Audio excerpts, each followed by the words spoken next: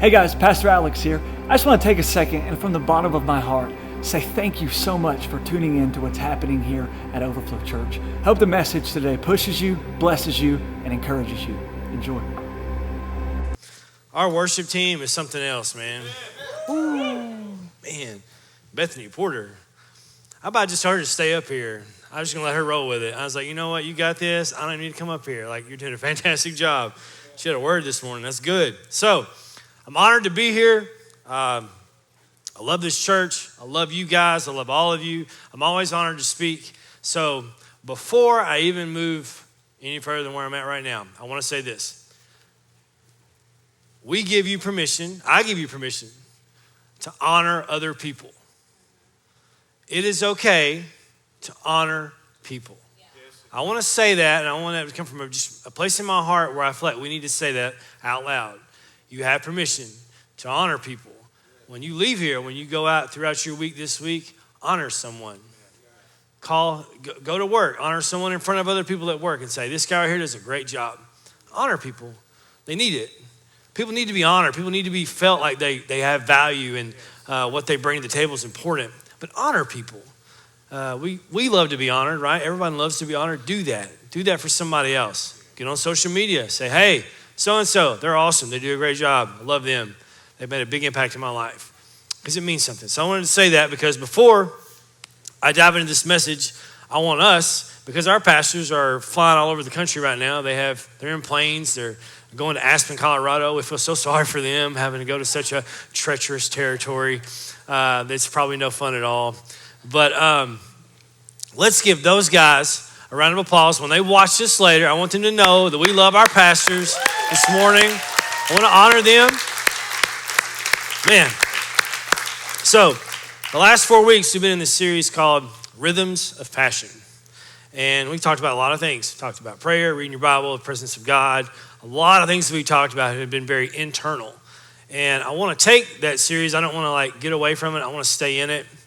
And I want to talk about something very external that we can do with those things. Now, one of my greatest passions and one of our church's greatest gifts is serving other people. I do believe that. I do with all my heart. I love to serve people in any way that I can. That's a huge passion for me. That's what we're going to talk about today. One of my favorite characters on television, it's probably not going to be super popular because it's not going to be some cool indie flick or something on Netflix. It's Dr. Max Goodwin. So does anybody know who Dr. Max Goodwin is?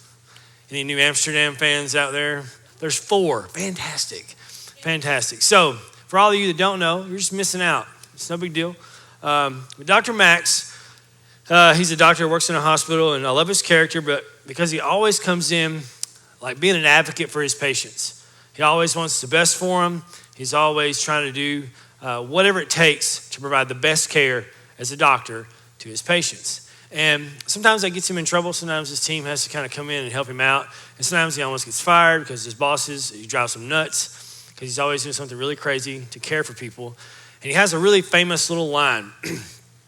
And this is the title of our message today, and it is this. He walks up usually, and I'll try to give it the best, not impersonation, but just the way he carries it. It says it. He always walks up and he goes, how can I help? That's what he always says. How can I help? And I think in the world that we live in, obviously, where we're supposed to love people, serve people, that should be a question that we ask people all the time. How can I help? So I'm going to go into a couple of different verses here in the Bible. They'll be on your screen really quick. This is in John 15:12 through 13. It says this. So this is my command. Love each other deeply as much as I have loved you. For the greatest love of all is the love that sacrifices all. And this great love is demonstrated when a person sacrifices his life for his friends. And over in Galatians 6:2, same translation, the Passion Translation, it says this. Love empowers us to fulfill the law of the Anointed One as we carry each other's troubles. Now, most of you know, Overflow Church, we're about to celebrate our 6th birthday. That is so cool on so many levels. Now, for a lot of us, the people that started this church, for the 11 people that brought this into existence, that means a whole different ballgame to a lot of us. If you've been here for a couple of years, it means a whole lot of different things to you. If you've been a part of our church for a long period of time, you know the things that we've been through. You know the things, the challenges, the successes, all the stories. And 6 years of that hits a little different to me personally because there's so much that we've invested, so much we've given, so much time and energy and money and resources and tears and blood and sweat and all those things that we've poured into this church. It's 6 years is a beautiful thing. It's even emotional. I was just telling the 9 a.m. crowd that being back there in Bethany was talking about it, and I was like, man, like, I can't believe we've had the opportunity to do this for 6 years. Like, it blows my mind because we started in a living room, like a little bitty living room, just a bunch of people. I remember the first time, I didn't share this with the 9 a.m. crowd, but the first Sunday we actually did church in a house. I think we kind of overlooked the fact that all of us had kids. And so we needed kind of an emergency plan to put some kids in a house somewhere, and we did. The kids were across town, so they weren't even in the same house. They were literally across town. And Alicia and I served in our very first kiddos team. So what the kids learned that weekend was, if you don't stop talking, I'm going to kill you. And you're going to see Jesus really soon. So that was the Bible story that we taught. It was really productive. Kids were scared. I never saw them again. I'm just kidding. I did. But before Overflow Church, there was the Jesus Movement. And it was a college ministry. You guys that go to Bethel, you'll know Lauren Tate. She's a teacher there. That was her vision. That was what God gave her to reach Bethel. It was a really, really big deal. We started that ministry, and we had no place to do it, so we bought a building. And then we had a place to do that. It took months of renovating and a lot of just creative forces coming together to make that thing happen.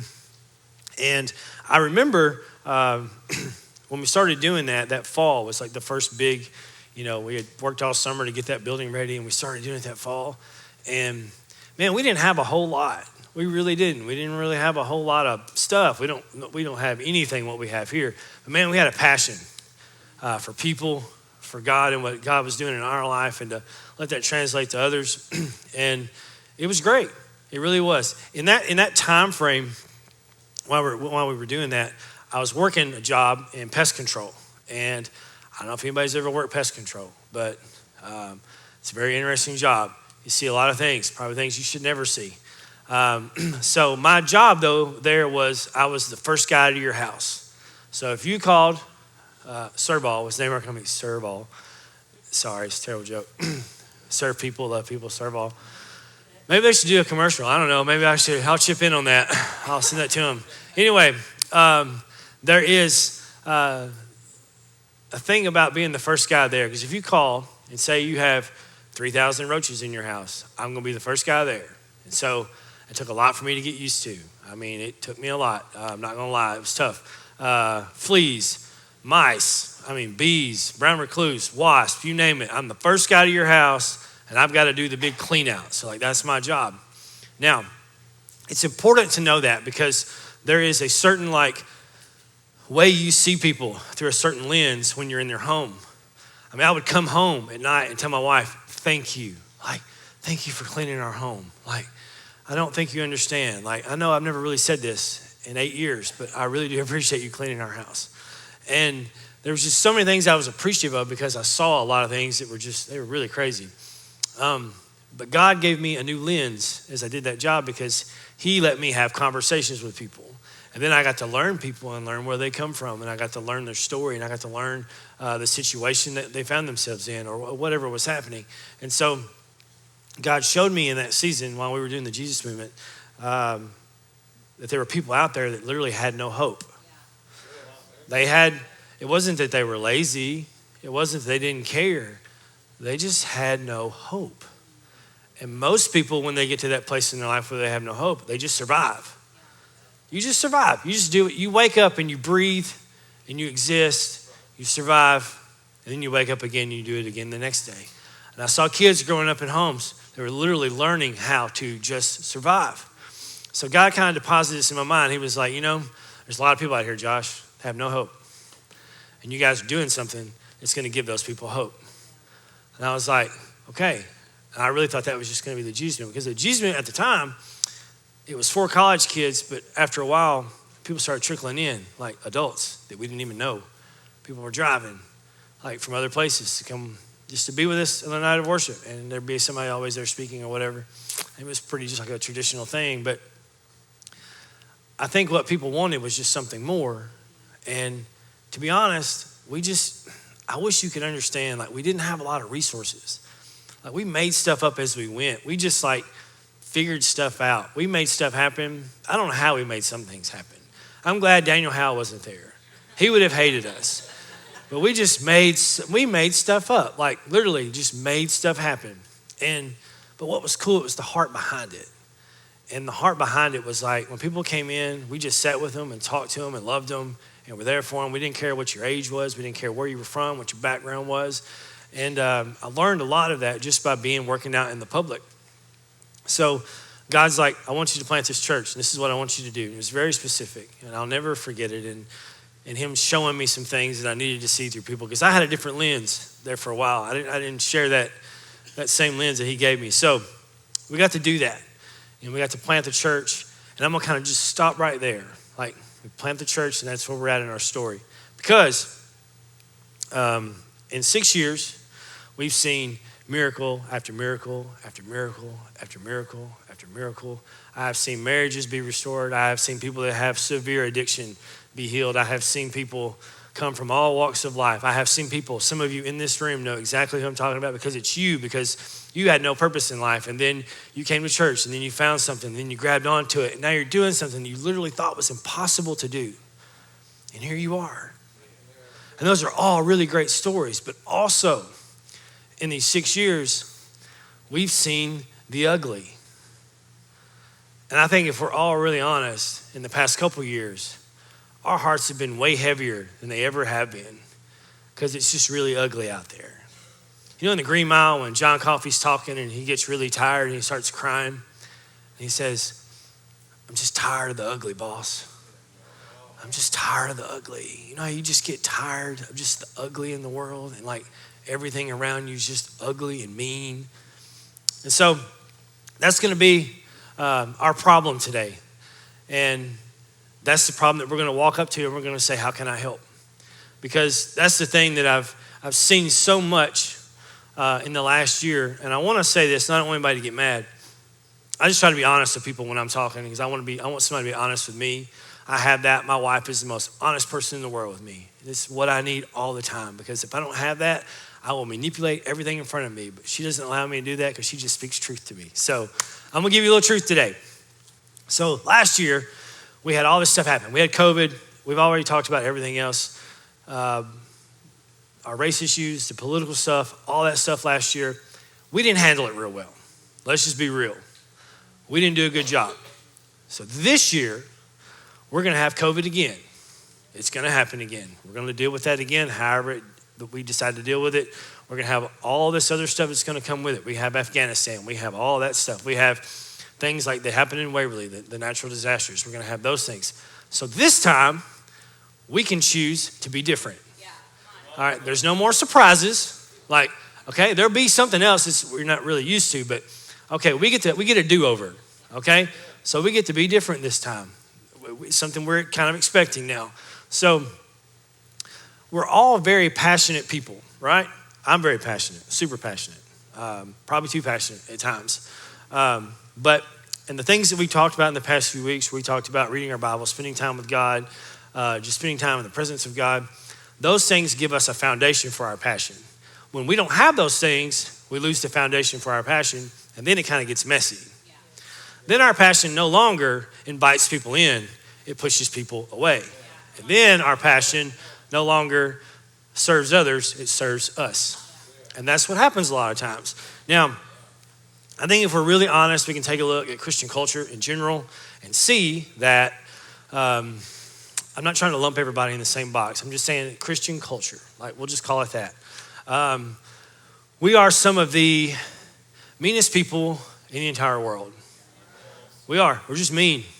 We are just mean. We're hostile. We're angry. We're jealous. We have all these things going on, and we're just really, really mean. And you know what gives us that right to be mean most of the time? What's our thing that we kind of hold on to? The Bible.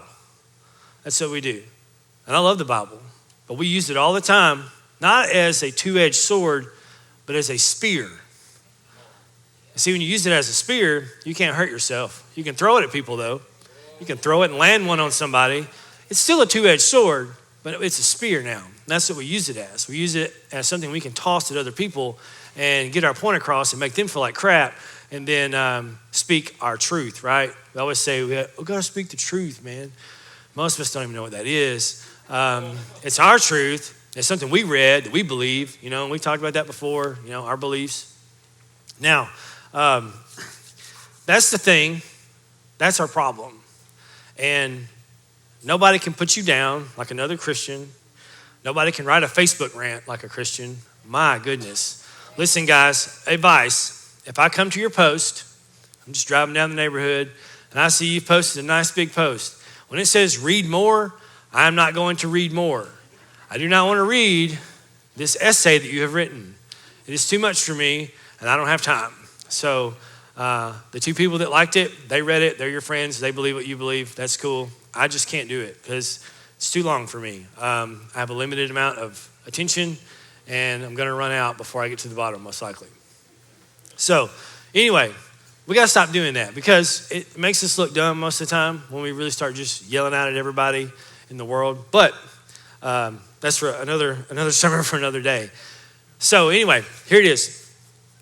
There's things we have to understand about who we are, what we're called to do, because we have all this anger, all this stuff in the world that's kind of all around us. So how do we help that? How can we be Dr. Max Goodwin and come up and go, how can I help? The first thing you have to understand is you are reborn. This is point number one. You are reborn to reconnect. Understand that. You're reborn to reconnect. Now, when you're first born, you're born into something, okay? When you are born, you're born into a family. You're born into sin. You're born into something. Now, when you're reborn for something, okay? There's a purpose in that. We don't just call that a rebirth or a fresh start or a new beginning or a new story or whatever for no reason. It's because you have a purpose. Now, even if you look in John 3:16 where it says, for God so loved the world, he gave his only begotten son, that whosoever believes in him should not perish, but have everlasting life. That's the kind of love that I'm talking about. When you're reborn, you inherit that kind of love, okay? You inherit that kind of love, and you have to show that kind of love. Now, when Jesus came on the scene, he had to show first century Christians that kind of love. Now, it's hard for us to love and serve people when we don't love ourselves, right? It's hard to love ourselves when we don't understand how God views us and how much God loves us, right? Okay? So until we understand that, until we understand the basis of what God's love really is, it's hard for us to really grasp that and actually carry it to someone else. Now, Jesus came on the scene. I'm going to give you a little history lesson. First century Romans, the Greeks, all those people, they worshiped their own gods, right? And their gods did not care for people. They toyed with people, used people, and unfortunately, they didn't care for people, so they didn't actually ask that anyone care in return. So people didn't know how to do that. When Jesus came on the scene and he was telling people, hey, God loves you just like he loves Jewish people. He loves the woman. He loves the poor person. He loves the Samaritan. He loves all these other people. They didn't understand that because they lived in a slave culture. And what a slave culture is, there were more slaves in Rome than there were actually Roman citizens. Now, that was the culture they lived in. The culture they lived in was you were one step away. You had zero value. Your only value was economic value because you're one bad decision, one mistake, one thing of bad luck away from just being a slave. If your husband died and you're a woman, you'd be a slave.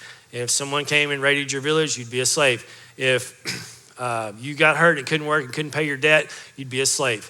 Like, that's how culture was then. People did not understand compassion at all because there was no compassion because whatever you got, you deserved.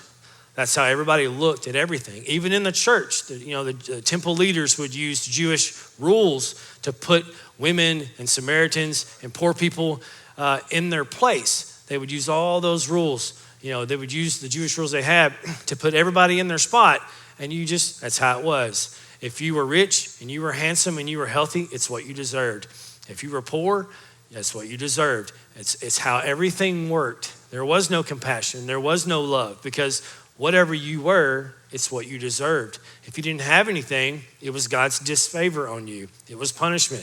If something was wrong with your kids, it was God punishing you. If something wrong with your parents, it's God punishing them or their parents. It's how everybody viewed everything in that culture. And Jesus came along, and he took all of that and he elevated people. He took people that had no value and gave them value, and showed them that compassion was not weak, but it was strong. And he did something. He also redefined, and we still struggle with this, what a neighbor was.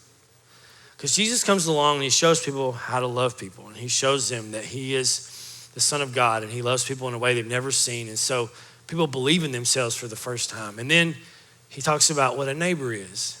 And when we think about a neighbor, we think about our neighbor. We think about the guy across the road or down the street who looks like us, thinks like us, walks like us, views everything just like us. And Jesus' viewpoint of a neighbor was not that. Jesus said a neighbor was anyone who had a need that you could meet. That was your neighbor. And that's your neighbor now. And because I think we struggle with that, because we think of our neighbors as our friends. But that's the kind of love that I'm talking about, that you inherit when you're reborn. When you're reborn, when you become a Christian, that's the kind of love that you carry with you. Now, I want to say this. Love, grace, and mercy are freely given to all of us. We don't owe God anything for that, okay? That is free. It's free. Love, grace, and mercy, free, no charge.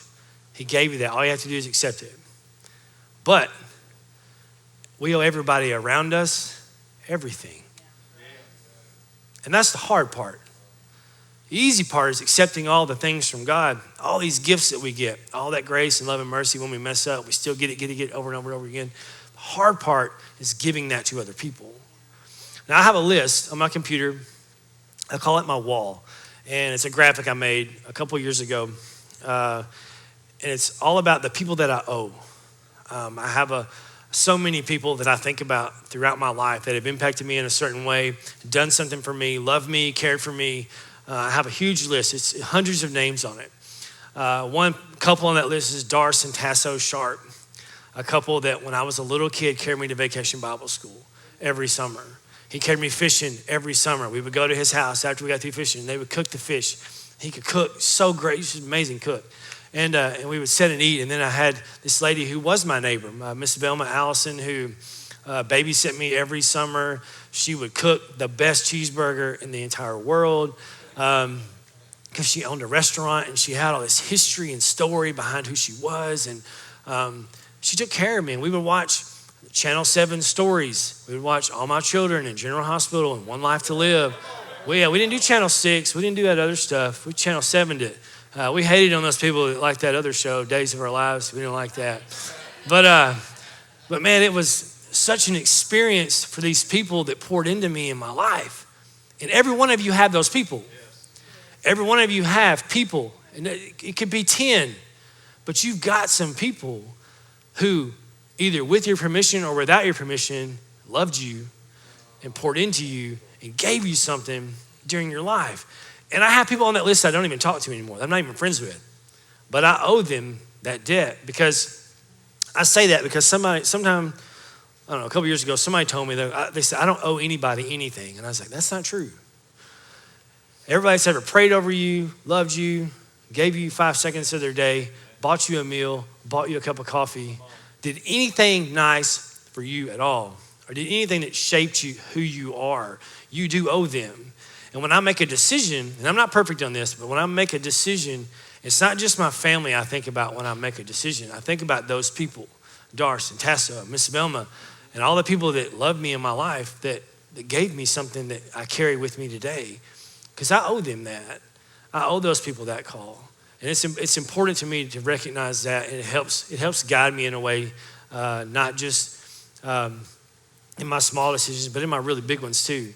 Now, that is what I mean when I say We don't owe God anything, but we owe each other everything. Now, that's the first way we can help. In this world where we have anger and all these things that are around us that are so hostile, we have the fact that we've been reborn to reconnect with people.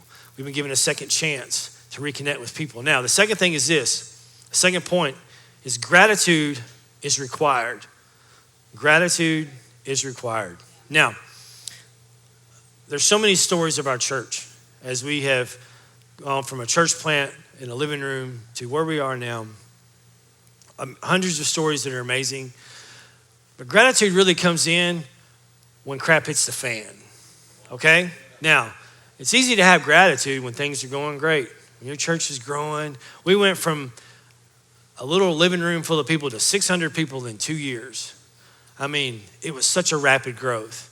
We had no idea what we were doing. We were making so many mistakes, but man, we were just going as fast as we could. Now, in 2 years, we lose our pastor. This is not something I rarely ever talk about in a public forum. That was one of the darkest moments of my life for a whole year. And there's people in here right now, when I say what I just said, they immediately get anxiety. You can feel it you can feel it right now. If you live through that with us, then you know how anxious you are right now just by thinking about it. It was a tough season, dark, super dark season. I don't remember a season in my life that was that dark. I questioned everything. I didn't know what to think anymore. I was like, I have no idea if this is gonna work. I have no idea what we're gonna do. Then we hire a guy, he stays for 3 months and he quits. And then I really don't know what we're gonna do. I'm like, man, we have really, I don't know. But that's a cool place to be though. Because when God gets you there, it's not about you anymore. Yeah. You know, then you don't make the decision. You just let God work it out because you can't make a decision that's gonna help anything or do anything. You just gotta sit there and wait. And that's awesome. That's where God gets you. But here's where gratitude comes into play. Gratitude in that moment goes, hey, there's no victory without a battle. You got to have a battle first. You can't be victorious if a battle never happened. That's gratitude. Gratitude lets you know that, hey, you have to decide to be grateful. Gratitude just doesn't come along and in your little emotions and your feelings. You have to decide to be grateful. It's a decision long before it's a feeling. So gratitude also invites the presence of God into your situation, okay? If you want God to be in the dirt, in the crap that you're in right now, you want God to be in your situation that's real dark and not good, be grateful. When you're grateful, God comes in. He loves gratitude. Gratitude invites everybody in. And you have to be grateful in every situation. So with the world that's around us right now, you know what helps us keep from getting on Facebook and writing a really long rant and being passive aggressive and talking to somebody without saying their name? Gratitude. Gratitude to help you not do that. Gratitude to help you not cuss somebody out when you get really mad at them. Just be grateful.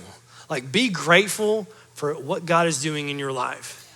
Be grateful for the people around you. Be grateful for your family and friends. Be grateful for the things that you get to experience that you don't have to live in another country. Be grateful that wherever you find yourself, that God is still good. Yeah. I'm going to expand on that really quick. You would think in 6 years of ministry, like doing church for a long time, like we would have all this stuff kind of down, right? We would just be like, yeah, we got this, no problem. Anything comes our way, we'll be fine. Just like I said, you're going to have a whole new opportunity to talk and live through this new COVID mess and everything else we're going to go through. We can do it better. But a few weeks ago, someone said something to a friend of mine, and it wasn't nice, and it was directed like at our church. I'm going to go ahead and just be real. I got real triggered. I mean, so triggered.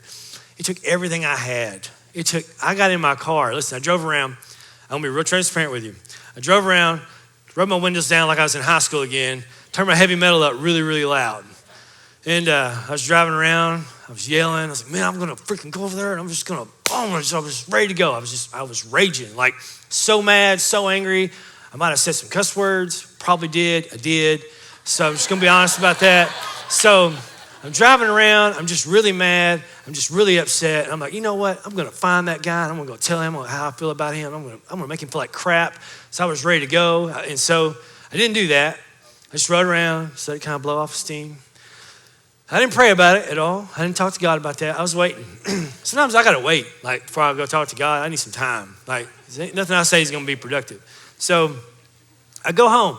I turn on the TV. I turn to YouTube, and I have a few things I subscribe to. I was just going to check on, see if there's any new stuff out. There was new video out. And I watched this guy named Ruslan. He's really cool. He's just a guy that just talks about current events and stuff. Well, there was a verse on his video. And this is what the verse said. Philippians 1:6, it said, "And I am certain that God, who began the good work within you, will continue his work until it is finally finished on the day when Christ Jesus returns." When I read that verse, I was like, got it. I got it. You know, we're all just human. And as mad as I was, because before I got, before I watched that video, I actually asked these two questions. I was like, why can people just not leave stuff alone? Why do we feel the need that we have to say something all the time? Why do people just talk crap? Why do people run their mouth? Why do people do this? And I had all these questions just popping out of my head. I was really mad. Like I have not been that mad in a long time. And when I read this verse, I was like, people are going to do that. We're humans. We're going to say things that we don't need to say. We're going to be rude. We're going to be mean. But as a Christian, I can look to this verse and go, I have to remember that God, he began the good work in me. And he's going to see it through. And I'm going to be okay. Like, you're going to be okay. Because just like the people that I saw when I went to their house, they had no hope. We get to that point as Christians a lot too. We have no hope. We don't have any. We have zero. Something happens in your life and you just get wrecked and you have zero. You just had a zero. But God began something in you. It was a good work. And he's going to see it till the very end. And you got to believe that. And that's gratitude. That's being grateful for the good work he started in you and to know that he's going to see it through to the very end. No matter what you face in life, no matter what comes your way, no matter what season you're in, there's a good work in you, and he's going to see it. He's going to see it through. You got to believe that, though. Like, you got to believe it. Like, you just can't sit there and you can't just say it. You got to believe it. Like, that's something you have to believe about God.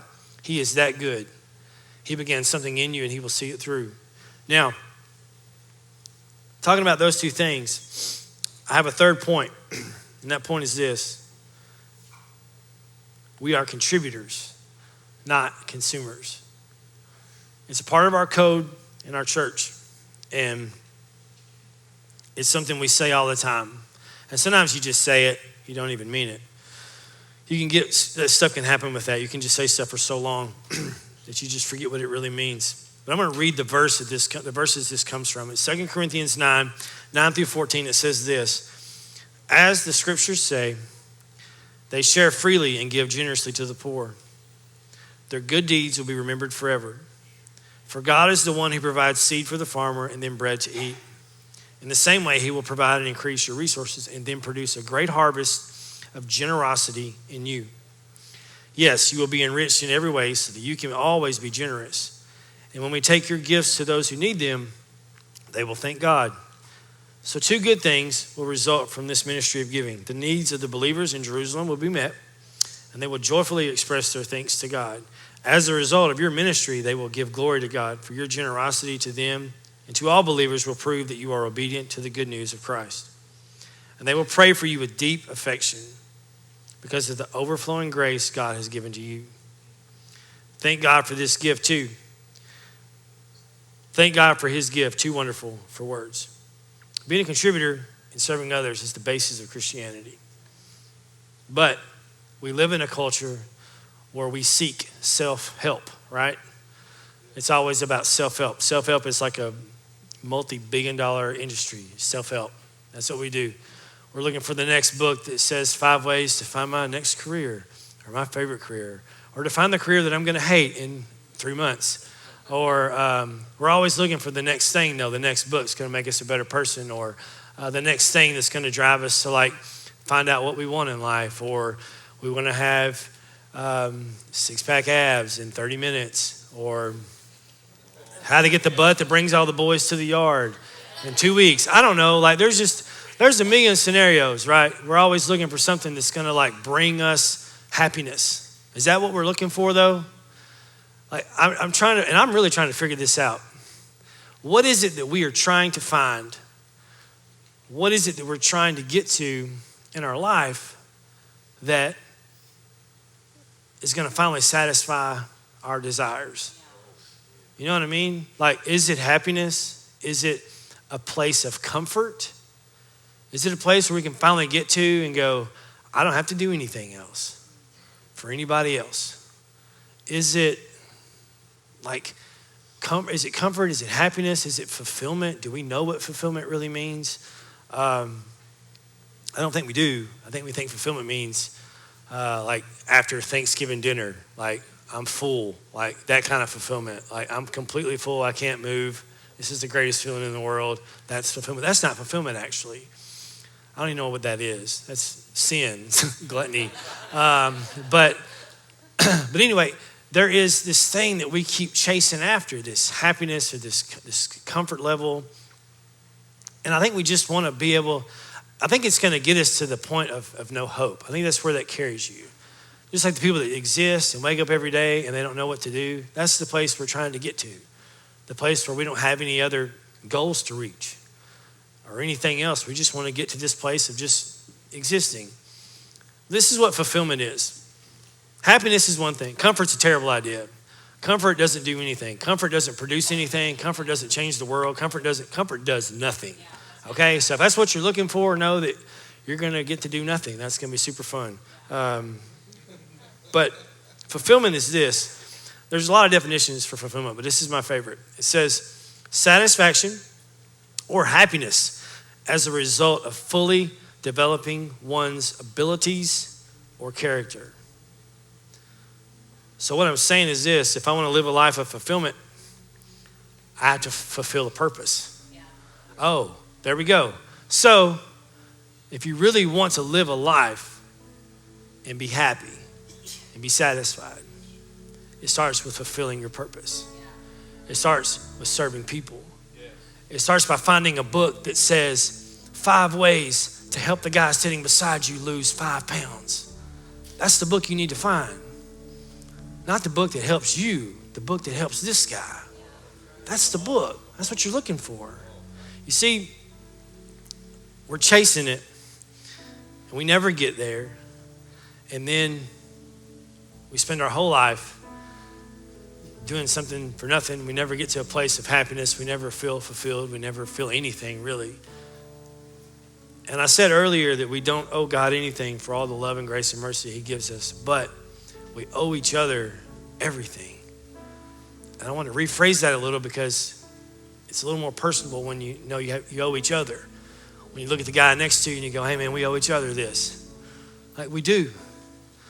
We got to learn how to do that with each other.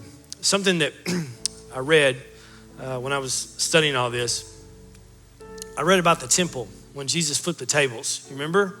And I think we read that and we really think it's directed at other people. And it's in John 2, 13 through 16. It says, when it was almost time for the Jewish Passover, Jesus went up to Jerusalem.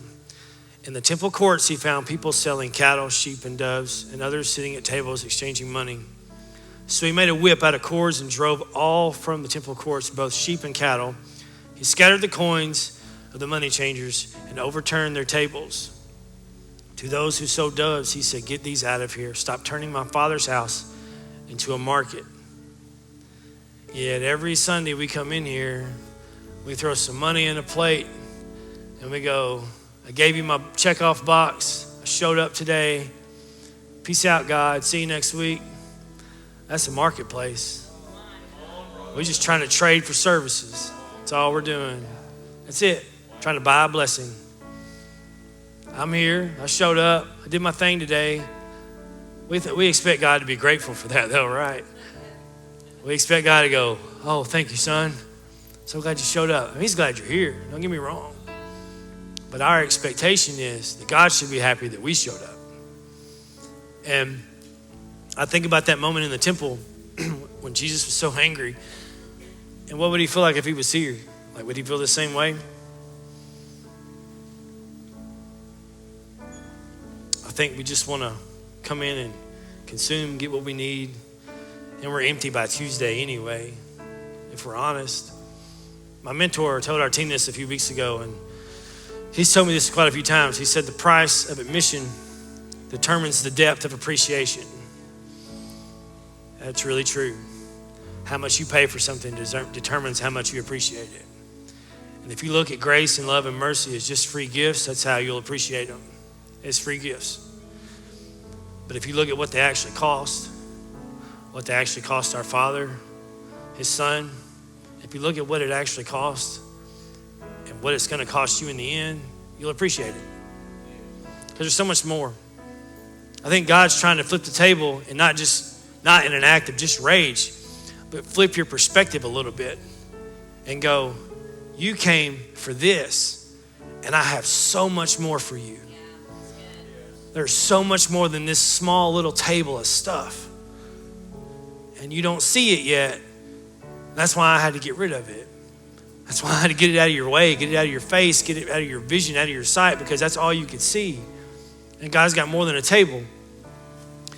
At 9 a.m., when we were doing the Song, The Blessing, I wrote something down. And right before that, before I even say that, when you do something good, when you give to someone, when you give yourself to someone, you're going to feel good. When you don't give, you're either going to feel nothing or bad. You're going to have two choices. But when you do good for someone, when you give a part of yourself to someone, you're going to feel good. Like, that's going to give you a feeling of self-worth. It's going to give you fulfillment. It's going to make you happy. When you don't, it's a mixed bag. It's one or the other. Nothing, or you're going to feel bad about it. So, when you want God's instruction, pray. When you want God's wisdom, read your Bible. But if you want favor in your life, favor for your family, favor for your kids, favor for the next generation of your family that's coming up, you got to love people. Everyone you meet, you got to love them. You got to learn that real quick in life. Because when you sign up, when you say, Jesus, I'm all yours, you're all his. And that ain't about you anymore. It's about everybody else. And man, what a world if we lived in, if everybody thought like that. I can't do it all the time either, guys. I'm just as big a failure at this as anybody. I struggle more than anybody about loving some people. People that don't like me, I don't usually love them people. And I struggle with that. But that's the commandment though. I gotta love my enemy. I gotta love people that don't like me. I gotta love people that don't want anything to do with me. I gotta love people that I don't like. It's a commandment. But if you want blessing and you want favor and you want all these things from God, you've got to stop not loving people and not giving to people. You got to stop just showing up on a Sunday and learn how to be a part of something. We talk about this all the time, about being a contributor, about being on a team and serving on a team. We talk about it all the time because we believe in what we're doing. We ask because we believe. That's why we ask. Now, you can be on a team and not be a contributor. You can always give the bare minimum. That's not what God is asking. God wants everything. When I gave my life to Jesus, he told me, I asked him, I said, why do I not feel good? He said, because you have not given me your whole life, Josh. You're giving me 10 minutes a week. You give me a little bit of this. You give me a little bit of money. You give me a little bit of your heart. You keep hiding stuff from me. I keep seeing it, but I know it's there. You just keep not giving it to me. And I had to give that stuff. And I got to give that stuff every week. I have to turn that stuff over to him. It never stops. It's a constant give. But it's worth it. Man, the things I get to see in my life, the things I get to be a part of are worth it. Because one day, there was just one person, and it was me. And somebody loved and cared for me. And they gave me a vision of Jesus and what it meant to be a Christian and what it looked like to love other people. And now all of you get to be in here, and you're going to get to do that. for somebody else. Someone needs your story. Someone needs what you've been through. Someone needs your guidance. Someone needs your helping hand. They don't need you slapping them around. They don't need you being mad. They need you to come to them and go, how can I help? That's what people need in the world. That's it. And man, it's super simple. It's super hard to do, but it's super simple. And we have people that serve on teams here, and I love that. But if you serve on a team here, contribute on the team. Don't be the bare minimum. Don't not tell anybody what you're not coming until Saturday night at 11 o'clock. Oh man, that's not come up. I don't know what came up at 11 p.m. I mean, I know some things happen, but like, don't be that person. Give everything you've got to it. We have small groups here. When you join a group, be a contributor in the group. Don't just don't be in a group. Don't just sit and listen and never say anything and never add value and add your story because there's somebody beside you needing to hear it and they don't ever get to hear it because you won't tell it. Be a contributor in a group. If you're in this church, I challenge you to go out this week and ask somebody how you can help. Change someone's life and perspective. You can do that. God can use you to do that every single day of your life. There's so much more than this. There's so much more than Sunday. There's so much more than this room. There's so much more than these lights. There's so much more that people need than this. This is a small little piece. There's so much more. If you're in a college right now, you got a whole system over here you can be loving on. Figure it out. I don't know what your decision needs to be today. I don't know if you need to make the first decision for the very first time in your entire life that you want to experience a rebirth, a fresh start, a new beginning, a new chapter in your life. You want to be reborn. I want to give everything I got to Jesus. I've never done it. I want to give it to him right now. I don't know if you need to figure out how to find gratitude in a current situation you're in, no matter how dark it is. I don't know if you need to figure out what it looks like for you to actually love people and to give to people. I think we've helped ourselves enough. I think what will really help you in your life, and you're going to see this, when you finally learn how to give to people and love people and be there for people, you're going to experience something on the inside you've never experienced before in your entire life. A joy and a happiness that surpasses all understanding. But it's going to require you to give. However that looks. And for everybody here, it'll be different. For me, it'll be different than what I do. But man, I can't say that enough. That we got to give. We got to learn how to. We're the church. We got to wear that with some honor. We got to wear that with some pride that God's called us to something way bigger than us and that we can actually help people. He can use us to do that. You guys stand up. I'm going to pray, then we're going to worship. Dear God, I pray for this room this morning. I pray for the heaviness that's around us and everything in this world right now. I pray for our friends in Waverly. I pray for our friends in Afghanistan. I pray for everyone around us, no matter where they're at in their life, everyone in this room, no matter where they're coming from right now, no matter if they're coming from the highest of mountains or the lowest of valleys. I lift every one of them up to you right now. We all have a decision to make, God, and I just pray we make the right one this morning. Whatever you're calling somebody to this morning, I just pray, Lord, you will give them the peace and the understanding and the joy and the strength to move forward, to decide that today is going to be a different day for them. I pray that for them right now. I pray they'll make that decision this morning. I pray, Lord, that they will go forward, decide, and go after it. Go after life with you. Go after life of loving people, of serving people, of giving everything that they have to people. Lord, we love you so much. You're incredible. You've changed our lives. You've changed our perspective and our scope. You've changed our paths. You've given us fresh starts and new lives. And we're so grateful for everything that you do in our lives. Lord, we love you and we thank you in your name. Amen. Thank you guys so much for tuning into the message today. Hope it was meaningful to you. And if it was, be sure to subscribe to Overflow Church's YouTube page. And if you want to give into the move of God happening here at Overflow, you can do that through our website or through our app. Hope you guys have an incredible day.